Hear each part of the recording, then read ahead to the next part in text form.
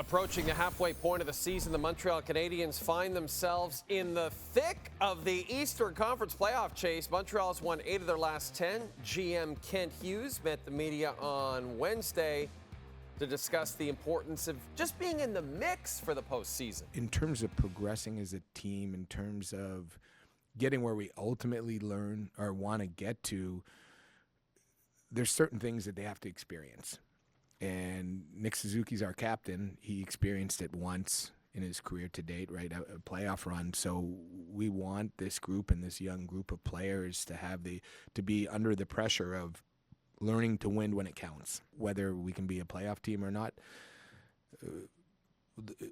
we're in that conversation right now, and let's see how our players respond to it.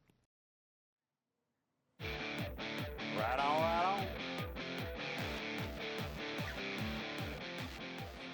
Time for our first chat of 2025 with Pierre LeBrun, our hockey insider. First of all, Pierre, Happy New Year. How was, it wasn't really a holiday vacation for you because you just continue to write for The Athletic when you're not working for TSN. But how were the holidays for the LeBruns? Yeah, still time spent with kids. Went down to Tampa, saw a Lightning Habs game. I know we're getting to the Habs. But I do have a bone to pick with you, Jay. Here we go. Larry David, who I'm sure is watching, will be upset that you wish me a Happy New Year this late into January. Like, come on, man. Come on. So it is the 9th. A lot of people will be watching this on the 9th. Is that too late? What's too late, Pierre? Where do you stand on this? I believe the Larry David rule is after January 3rd, you're out. After Jan 3. Like, you're out. Okay, those are the Larry David rules. We're So going to start. I try to live up to Larry David's view on life. You know? Listen, it's the only way to be. I mean, the guy's got hundreds of millions of dollars. He's got to be doing something, right? Pierre, it's great to see you, buddy. Kent Hughes met with the media on Wednesday, as we showed you. And, as we alluded to, Pierre, this team has been playing really great hockey of late. And Frankie Corrado talked about it on this show this week. It seems like they're about to make that next step. What was your biggest takeaway, though, for you, Pierre, about what Kent Hughes had to say on Wednesday? Well, I will tell you this, that Kent Hughes managed his messaging, I thought, perfectly. Montreal Canadiens have a passionate market. I would argue the most passionate in the entire game. And they are darn exciting right now that their team is of relevance again. They're in the mix, which was the point before the season of hoping to be in the mix. And my takeaway from Kent Hughes' midseason news conference was, calm down, everyone. Calm down. We're happy with where we're at, but we're still, at one point he said, we're still only a game over 500. That was kind of unsolicited on his part, just to say they also had that brutal month of November. So they've dug their way out of that, but they're still, for the Montreal Canadiens, 22 games before the March 7th trade deadline. The idea that the Canadiens would have suddenly changed their game plan for March 7th because of the last few weeks is just not true. It's not reality. Kent Hughes and Jeff Gordon have to sit back and just continue to watch how this team continues to grow, or maybe hits a speed bump, and then react. And I'll give you a great example of why it's important to be prudent that way if you're the Habs. A year ago, Steve Yzerman tried to be prudent too, and he was. But the Red Wings went on such a great run, as you may remember, that they kind of decided to hold off on selling because they were in it. And then they had the brutal final month, which no one could have predicted. But my point is, for these teams that are trying to get over the hump and trying to learn how to win, there is great danger in making sudden snap judgments on where you are in this retooling, in this rebuild, and deciding and making big declarations openly in public. Honestly, the cliche is true here for the Montreal Canadiens. One game at a time. They've got some pending UFAs to decide on. Jake Evans, Yoel Armia, David Savard. They will make those decisions, but they don't have to make them in January. Still lots of hockey to be played before March 7th. The big story on insider trading for you guys this week was the fact that you guys reported the Canucks are at least listening, at least taking calls on not just JT Miller, but Elias Pettersson as well. And you know better than anyone, Pierre, that even though we're 2 months away from the deadline, Jim Rutherford isn't one to wait for deadlines to make moves. So my question for you would be, something of this magnitude, a Miller trade, a Pettersson trade, could it actually come together rather quickly? I mean, listen, it's possible, but these are complicated transactions if they happen at all. There's no question. I mean, they're doing more than listening. They are engaged with teams because they are gauging the market to see what teams feel about each player and what the level of interest is in each player. Again, it may be that nothing happens, but they have no choice but to be doing this because of the way this has played out, because of the way we know very publicly now. The team has talked about it publicly. Some of the tension in the dressing room, the relationship between Miller and Pettersson, all this is out in public now. So the Canucks are doing the smart thing, I think, management-wise, and gauging the interest in each player on the market to educate themselves, to find out where this could head, if anywhere. And so, yeah, they are engaged with teams.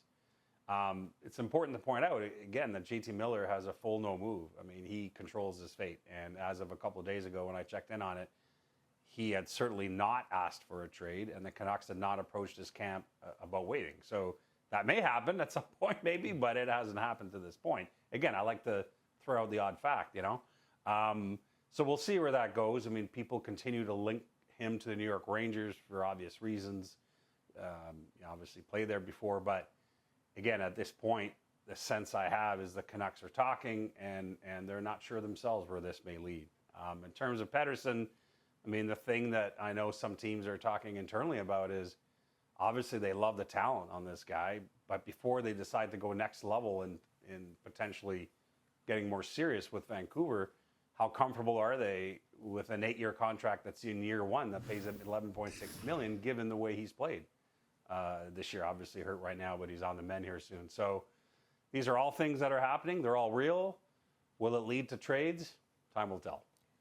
You mentioned the Rangers' obvious potential interest in JT Miller. It makes a lot of sense, especially considering the season that the Rangers have had, and they've already shipped out Capo Kakko and Jacob Trouba. And yet, you know, Tuesday night, they're up 3-0 on Dallas. They blow that lead. They lose the game. Like, it just seems like they cannot get any momentum whatsoever. How desperate do you sense that things are getting for Chris Drury and company in New York?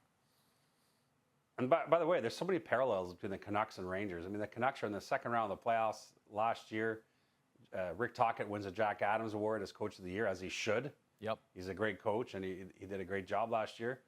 The Rangers are 2 wins from the Stanley Cup final last year.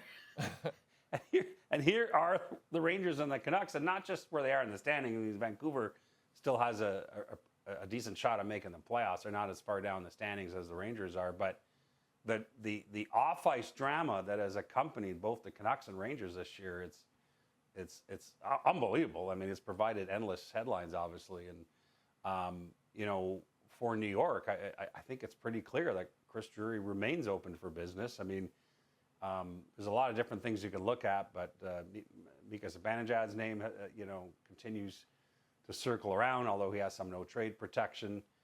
Kreider, we know, was made available, although he's on the shelf right now.